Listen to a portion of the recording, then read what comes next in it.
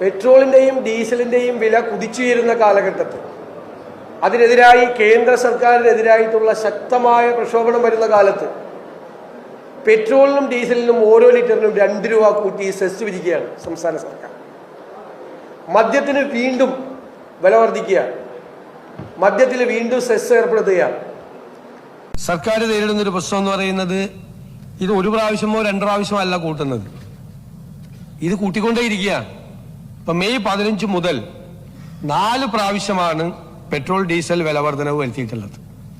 May 15-ാം തീയതി കൂട്ടി, May 19-ാം തീയതി കൂട്ടി, 23-ാം തീയതി കൂട്ടി, 25-ാം തീയതി കൂട്ടി.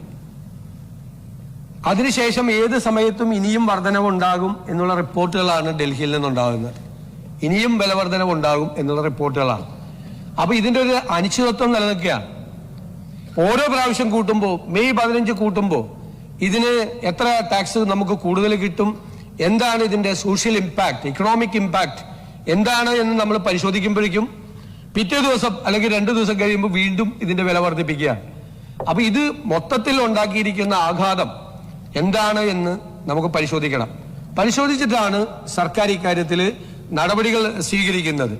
ഏത് തരത്തിൽ സംസ്ഥാനത്തിന് ഒരു നികുതി വരുമാന വർധനവ് ഉണ്ടായിട്ടുണ്ട്, ഏതെല്ലാം തരത്തിലുള്ള സാമൂഹ്യ സാമ്പത്തിക പ്രത്യാഘാതങ്ങൾ നമ്മുടെ സൊസൈറ്റിയിൽ, ഇക്കോണമിയിൽ ഉണ്ടായിട്ടുണ്ട്, നാണ്യപ്പെരുപ്പം എത്രമാത്രം ബാധിച്ചിട്ടുണ്ട്, വിലക്കയറ്റം എത്രമാത്രം വർദ്ധിച്ചിട്ടുണ്ട്, ആ വിലക്കയറ്റത്തെ നിയന്ത്രിക്കാൻ നമുക്ക് ഏതെല്ലാം നടപടികൾ സ്വീകരിക്കാൻ കഴിയും എന്ന് തീരുമാനിക്കണമെങ്കിൽ ഈ അനിശ്ചിതത്വം അവസാനിപ്പിക്കണം.